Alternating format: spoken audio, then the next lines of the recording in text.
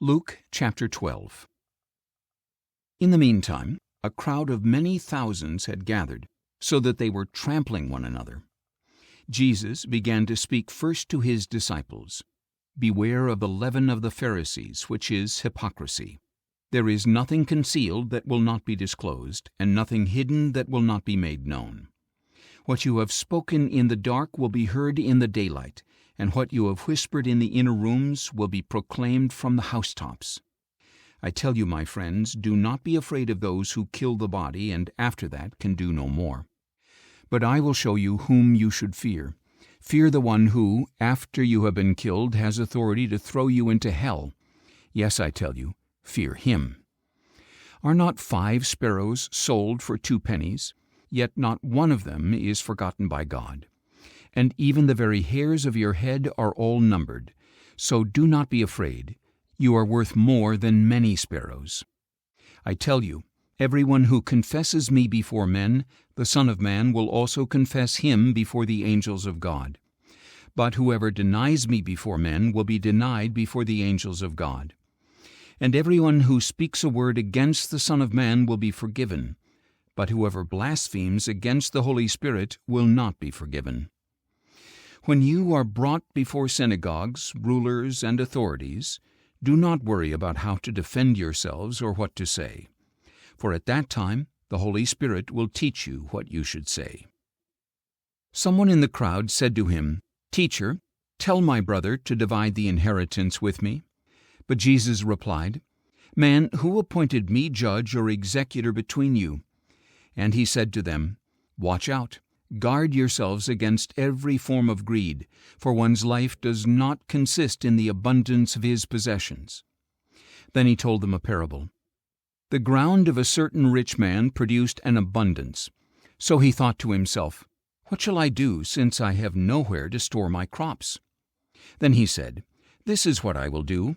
I will tear down my barns and will build bigger ones, and there I will store up all my grain and my goods. Then I will say to myself, you have plenty of good things laid up for many years. Take it easy, eat, drink, and be merry." But God said to him, "You fool, this very night your life will be required of you. Then who will own what you have accumulated? This is how it will be for anyone who stores up treasure for himself but is not rich toward God." Then Jesus said to his disciples, "Therefore I tell you, do not worry about your life, what you will eat, or about your body, what you will wear. For life is more than food, and the body more than clothes. Consider the ravens. They do not sow or reap, they have no storehouse or barn, yet God feeds them. How much more valuable you are than the birds. Who of you, by worrying, can add a single hour to his life? So if you cannot do such a small thing, why do you worry about the rest? Consider how the lilies grow. They do not labor or spin, yet I tell you, not even Solomon in all his glory was adorned like one of these. If that is how God clothes the grass of the field, which is here today and tomorrow is thrown into the furnace, how much more will he clothe you, O you of little faith? And do not be concerned about what you will eat or drink. Do not worry about it, for the Gentiles of the world strive after all these things, and your Father knows that you need them. But seek his kingdom, and these things will be added to you. Do not be afraid, little flock, for your Father is pleased to give you the kingdom. Sell your possessions and give to the poor. Provide yourselves with purses that will not wear out, an inexhaustible treasure in heaven, where no thief approaches and no moth destroys. For where your treasure is, there your heart will be also. Be dressed for service, and keep your lamps burning. Then you will be like servants waiting for their master to return from the wedding banquet, so that when he comes and knocks, they can open the door for him at once. Blessed are those servants whom the master finds on watch when he returns. Truly I tell you, he will dress himself to serve and will have them recline at the table, and he himself will come and wait on them. Even if he comes in the 2nd or 3rd watch of the night and finds them alert, those servants will be blessed. But understand this, if the homeowner had known at what hour the thief was coming, he would not have let his house be broken into. You also must be ready, because the Son of Man will come at an hour you do not expect." "Lord," said Peter, "are you addressing this parable to us or to everyone else as well?" And the Lord answered, "Who then is the faithful and wise manager whom the master puts in charge of his servants to give them their portion at the proper time? Blessed is that servant whose master finds him doing so when he returns. Truly I tell you, he will put him in charge of all his possessions.